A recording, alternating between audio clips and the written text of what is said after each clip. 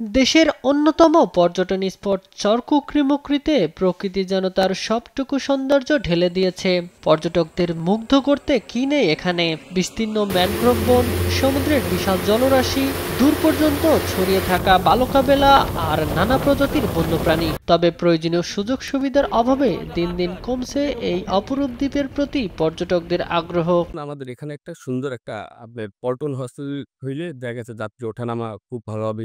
এই দ্বীপে পৌঁছানোর যাত্রাপথ যেন এক দুঃসাহসিক অভিযানের চেয়ে কম কিছু নয়। নির্দিষ্ট কোনো নৌ পরিবহন ব্যবস্থা না থাকায় পর্যটকদের চরকচ্ছপিয়া ঘাট থেকে লঞ্চ, ট্রলার কিংবা স্পিডবোটে করে দ্বীপে যেতে হয়। কিন্তু দ্বীপে নামার নিরাপদ কোনো ঘাটের ব্যবস্থাও নেই। যে সামান্য কাঠের জেটি রয়েছে সেটি পুরনো ও নড়বড়ে হয় দুর্ঘটনার আশঙ্কা দেখা দিয়েছে। একটা লঞ্চ ভিড়লে আর একটা লঞ্চ বিরার জায়গা থাকেন, এই কারণে যাত্রী ও নামায় পর্যটকদের জন্য মানসম্মত আবাসনের ব্যবস্থা নেই এই দ্বীপে। এতে কুকরিমুকরিতে রাত কাটাতে আসা পর্যটকদের হতাশ হতে হয়। যদি হোটেল বা রিসোর্ট হয় তাহলে ভ্রমণ পিপাসুরা আরো আসবে।